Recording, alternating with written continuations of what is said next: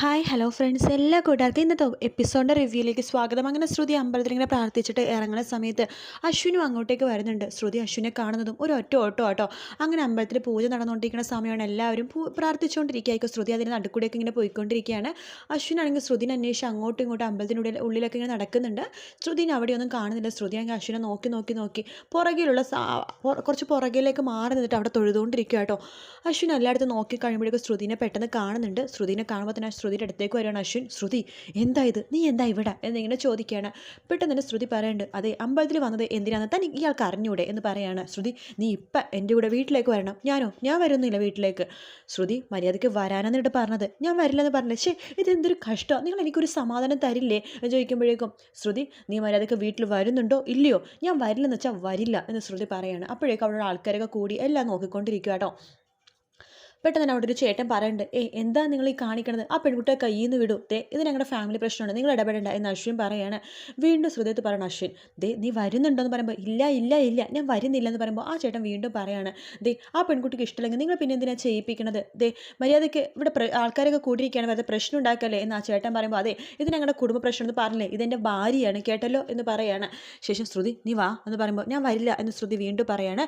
നീ വന്നില്ലെങ്കിൽ നീ തൂക്കിയെടുത്തുകൊണ്ട് പോകാൻ എനിക്കറിയാം, നിങ്ങളെന്താ എന്നെ ഇവിടുന്ന് പൊക്കി എടുത്തുകൊണ്ട് പോകും, വേണമെങ്കിൽ ഞാൻ അങ്ങനെയും ചെയ്യും, എന്താ നിങ്ങൾക്ക് കാണണോ എന്ന് പറഞ്ഞിട്ട് അശ്വിൻ വേഗം തന്നെ ശ്രുതിനെ പൊക്കിയെടുക്കുക കേട്ടോ.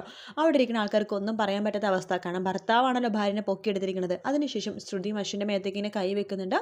അങ്ങനെ ശ്രുതിനെ പൊക്കിയെടുത്തോണ്ട് അശ്വിന് ഒരു വരവുണ്ട് കേട്ടോ അമ്പലത്തിന്. അത് ശ്രീകോവിൽ തൊട്ട്, അതായത് അമ്പലത്തിൻ്റെ മുറ്റം വരെ, അത് കാറ് കിടക്കുന്നിടത്ത് വരെ ശ്രുതിനെ പൊക്കിയെടുത്തുകൊണ്ടാണ് അശ്വിൻ വരുന്നത്. അങ്ങനെ ശ്രുതിനെ പൊക്കിയെടുത്തുകൊണ്ട് കാറിൻ്റെ എടുത്തുമ്പോഴേക്കും ശ്രുതിനെ പെട്ടെന്ന് കാർ തുറന്നിട്ട് അതിൻ്റെ ഉള്ളിലേക്ക് കയറ്റുക കേട്ടോ. നിങ്ങൾ എന്തൊക്കെയാണ് കാണിക്കണമെന്ന് ചോദിക്കുമ്പോൾ ഞാൻ കാണിച്ചത് എന്താ നീ കണ്ടില്ലേ, മിണ്ടി പോകരുത്, മര്യാദയ്ക്ക് സീറ്റ് ബെൽറ്റ് ഇട് എന്ന് പറയണം. അങ്ങനെ ശ്രുതി സീറ്റ് ബെൽറ്റൊക്കെ ഇടുന്നുണ്ട്. അതേസമയം നമ്മുടെ വീട്ടിലാണെങ്കിൽ എനിക്ക് ഒരു വലിയ ഗിഫ്റ്റൊക്കെ എടുത്തിട്ട് പാഴ്സൽ വന്ന ഗിഫ്റ്റൊക്കെ ഇങ്ങനെ തുറന്ന് നോക്കുക കേട്ടോ. എന്തായാലും ഈ ഗിഫ്റ്റ് കാണുമ്പോഴേക്കും ശ്രുതിക്കുട്ടി ഞെട്ടും. എന്തായാലും അവരുടെ വെഡ്ഡിങ് ഡേക്ക് എനിക്കൊരു ഗിഫ്റ്റ് കൊടുക്കാൻ പറ്റില്ലല്ലോ. ഈ ഗിഫ്റ്റ് കാണുമ്പോൾ ശ്രുതി അന്തളിച്ച് നിൽക്കും. ആ സമയത്ത് ശ്രുതിയുടെ ഫോട്ടോ എടുത്തിട്ട് ഞെട്ടിക്കണം എന്നൊക്കെ പറഞ്ഞിട്ട് എനിക്ക് ആ പാഴ്സൽ ഇങ്ങനെ നോക്കുക കേട്ടോ. എന്തായാലും ഈ പാഴ്സലിൽ ഈ പേരെഴുതിയിരിക്കുന്നതൊക്കെ മാറ്റിക്കളയാം, ഇത് വേറൊരു നല്ലൊരു കവറിലാക്കി പൊതിഞ്ഞ് വേണം ശ്രുതിക്ക് കൊടുക്കാനായിട്ട് എന്ന് പറഞ്ഞിട്ട് അതിങ്ങനെ പൊതിഞ്ഞ കവറിങ്ങനെ മാറ്റിക്കൊണ്ടിരിക്കുകയാണ്. ആ സമയത്ത് മനോരമ അങ്ങോട്ടേക്ക് വരുന്നുണ്ട്. എൻ്റെ മൈ ഗോഡ്, ഈ പൊട്ടഞ്ചക്കൻ എന്തെങ്കിലും ഓർഡർ ചെയ്തിരിക്കുന്നത്, അത് ഓൺലൈനിൽ നിന്ന് വല്ല കോസ്മെറ്റിക്കോ മേക്കപ്പ് ഐറ്റംസ് ആണെങ്കിൽ ഞാൻ പൊക്കും എന്ന് പറഞ്ഞിട്ട് മനോരമ അടുത്തേക്ക് പോവാം. എനിക്ക് ബേബി ഇത് എവിടെയായിരുന്നു, ഞാൻ എവിടെയൊക്കെ അന്വേഷിച്ചെന്ന് അറിയാവോ? ഞാനിവിടെ ഉണ്ടായിരുന്നു ആൻറ്റി, ഞാൻ പുറത്ത് വരെ പോയി, ഒരു പാഴ്സൽ വന്നിരുന്നു, അത് വാങ്ങാൻ പോയതാ. ഇതെന്താ ബേബി? അതോ, ഞാൻ ഇയാൾക്ക് സർപ്രൈസായിട്ട് ഗിഫ്റ്റ് കൊടുക്കാൻ പോവാ. എൻ്റെ മൈ ഗോഡ്, മേക്കപ്പ് ബോക്സാണ് ഞാൻ കാണുന്നത്. എൻ്റെ ബേബി, നീ ഇതെനിക്ക് വേണ്ടി ഗിഫ്റ്റ് ചെയ്യാൻ പോവാണല്ലേ? എൻ്റെ മോന് പോലും എന്നോട് ഇത്ര സ്നേഹമില്ലല്ലോ. ഇത് എൻ്റെ ബർത്ത്ഡേ അടുത്ത മാസമാണെന്ന് പറഞ്ഞിട്ട് നീ ഇത് എനിക്ക് സ്പെഷ്യലായിട്ട് ബുക്ക് ചെയ്തതാണല്ലേ? അയ്യോ ആൻറ്റി, ഇത് ആൻറ്റിക്ക് ശ്രുതിക്ക് ശ്രുതിയാണ് നിന്നോട് പറഞ്ഞല്ലേ എൻ്റെ അടുത്ത മാസം എൻ്റെ ബർത്ത്ഡേ ആണെന്ന്. എന്തായാലും thank you so much baby, ഇതുപോലത്തെ ഒരു മേക്കപ്പ് ബോക്സ് വേണമെന്ന് ഞാൻ ആഗ്രഹിച്ചിരിക്കുകയായിരുന്നു. അപ്പോഴാണ് എനിക്ക് ബേബി മനസ്സറിഞ്ഞ് ഇത് മേടിച്ചുകൊണ്ട് വന്നത്. എനിക്ക് വളരെയധികം സന്തോഷമായി എന്ന് പറയുമ്പോൾ മോഹൻ ഞങ്ങൾ അങ്ങോട്ട് വരുന്നുണ്ട്. മോഹനേട്ടാ, ഇത് കണ്ടില്ലേ, എനിക്ക് ബേബി എനിക്ക് വേണ്ടി വാങ്ങിച്ചതാ ഈ മേക്കപ്പ് ബോക്സ്. ആണോ എനിക്ക് എന്ന് പറയുമ്പോൾ അത് പിന്നെ എന്നൊക്കെ എനിക്കിങ്ങനെ കാണിക്കുകയാണ്. അത് പിന്നെ ചോദിക്കാണ്ടോ, എനിക്ക് വേണ്ടി തന്നെ ഇത് വാങ്ങിച്ചത്, ഇതേ സ്പെഷ്യലായിട്ടുള്ള മേക്കപ്പ് ബോക്സാണ്, എൻ്റെ ബർത്ത്ഡേ എന്ന് പറഞ്ഞിട്ട് മേടിച്ചിട്ട് വന്നതാ. മനോരമയുടെ ബർത്ത്ഡേയോ? അടുത്ത മാസം എൻ്റെ ബർത്ത്ഡേ അല്ലേ? അത് കഴിഞ്ഞ മാസമായിരുന്നില്ലേ? ലുക്ക് മോഹനേട്ടാ, എൻ്റെ ബർത്ത്ഡേ ഗോയിങ് ആണോ കമ്മിങ് ആണോ എന്നൊക്കെ ഞാനല്ലേ തീരുമാനിക്കണത്. എന്തായാലും എൻ്റെ ബർത്ത്ഡേ ആയിട്ട് മേടിച്ചിട്ടുണ്ടെന്ന് തന്നെയാണ്. എന്തായാലും ഞാൻ പ്രസവിച്ച മോന് എന്നെ ഒരു സ്നേഹവും ഇല്ല. പക്ഷേ എനിക്ക് ബേബിക്ക് എന്നോട് എന്ത് സ്നേഹമാണ് മോഹനേട്ടാ, നമുക്ക് വേണം ദത്തെടുത്താലോ? അത് വേണോ മനോരമേ? അതൊക്കെ എനിക്കൊക്കെ ഒരു ഭാരം ആവും എന്ന് പറയാണ്. എന്ത് ഭാരം? ഒരു ഭാരമില്ല.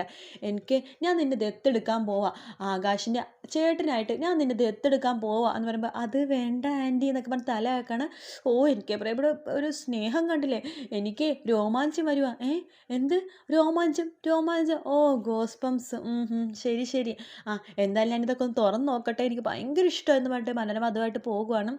കയ്യിൽ നിന്ന് പോയി എന്ന് എനിക്ക് പറയുമ്പോഴേക്കും മോഹൻ ഞങ്ങൾ ചോദിക്കേണ്ടത്, അതെ, ഇത് ശരിക്കും മനോരമക്ക് തന്നെ ഗിഫ്റ്റ് ചെയ്യാൻ വേണ്ടി മേടിച്ചതാണോ നീ?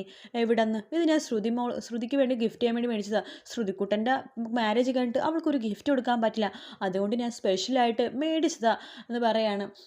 എന്തായാലും അതെനിക്ക് കിട്ടുമെന്ന് തോന്നുന്നില്ല, നീ ഒരു കാര്യം ചെയ്യ്, എന്താ അതാണ് മറന്നു കളഞ്ഞേക്ക് എന്ന് പറഞ്ഞിട്ട് മോഹൻ ഞങ്ങൾ അകത്തേക്ക് പോകും. ഇനി ശ്രുതിക്കുട്ടി ഞാൻ എന്ത് ഗിഫ്റ്റ് കൊടുക്കും എന്നിങ്ങനെ ആലോചിച്ചുകൊണ്ടിരിക്കുക കേട്ടോ. അതിനുശേഷം കാണിക്കുന്നത് പ്രീതിയും ആകാശോടെ വീട്ടിൽ നിന്ന് ഇറങ്ങുവാണ്.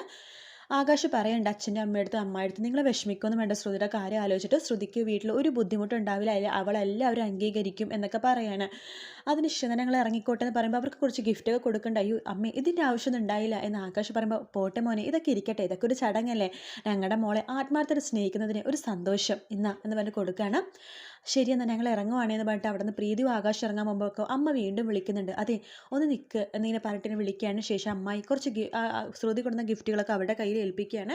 ഇത് തിരിച്ചു കൊണ്ടുപോകണം, ഇത് മേടിച്ച അവൾ വേഗം ഞങ്ങൾക്ക് അവളോടുള്ള ദേഷ്യം മാറുന്നു, കുറച്ച് നാളുകൂടി ഇങ്ങനെ പോട്ടെ, അവൾ വിചാരിക്കട്ടെ ഞങ്ങൾക്ക് അവളോട് ഭയങ്കര ദേഷ്യമാണെന്ന്, എങ്കിൽ മാത്രമേ ഞങ്ങൾ വിചാരിച്ച രീതിയിൽ കാര്യങ്ങളൊക്കെ നടക്കുകയുള്ളൂ.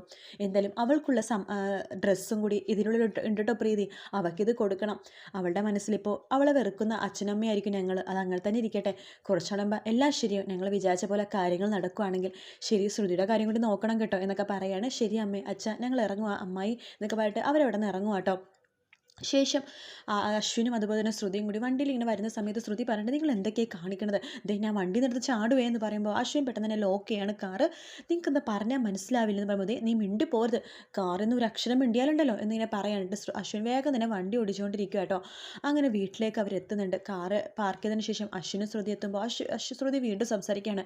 നിങ്ങളുടെ ഉദ്ദേശം എന്താണെന്ന് ചോദിക്കുമ്പോൾ അത് എന്നിട്ട് മിണ്ടി പോരുതെന്നല്ലേ ഞാൻ പറഞ്ഞത്, അത് കാറിൽ നിന്ന് മിണ്ടരുതെന്നല്ലേ പറഞ്ഞത്, ഇപ്പോൾ വീടെത്തിയല്ലോ പിന്നെ മിണ്ടിയാൽ എന്താ കുഴപ്പം, നോക്ക് എൻ്റെ ചേച്ചിക്ക് വിഷമവും, അതുകൊണ്ട് മിണ്ടിപ്പോരുത്, ഞങ്ങൾ ഭയങ്കര സ്നേഹമുള്ള ഭാര്യ ഭർത്താക്കന്മാരെ അഭിനയിക്കണം, അഞ്ജലി ചേച്ചിനെ വിഷമിപ്പിച്ചാലുണ്ടല്ലോ എന്ന് അശ്വിൻ പറയാണ്. ശേഷം ബെല്ലടിക്കുന്നുണ്ട്.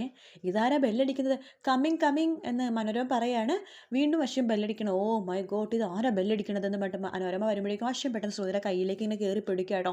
ശ്രുതി അശ്വിൻ്റെ കയ്യിൽ ശരിക്കും ഇങ്ങനെ അമർത്തി കയറി പിടിക്കുന്നുണ്ട്. പെട്ടെന്ന് തന്നെ മനോരമ ഇതാരും നവദമ്പതികളോ, എന്തു പറ്റി ഇത്ര പെട്ടെന്ന് വരാനായിട്ട്, എങ്ങനെ ഉണ്ടായിരുന്നു അശ്വിൻ ബേബി, വൈഫിൻ്റെ വീട്ടിൽ ആഘോഷമൊക്കെ സൂപ്പറായിരുന്നു എന്നിങ്ങനെ ചോദിക്കുകയാണ്. കുഴപ്പമില്ലായിരുന്നു ആൻറ്റി. ആരാ ആൻറ്റി വന്നത്, അതെ നവദമ്പതികൾ വന്നിട്ടുണ്ട് അഞ്ജലി ബേബി എന്ന് പറയാണ്.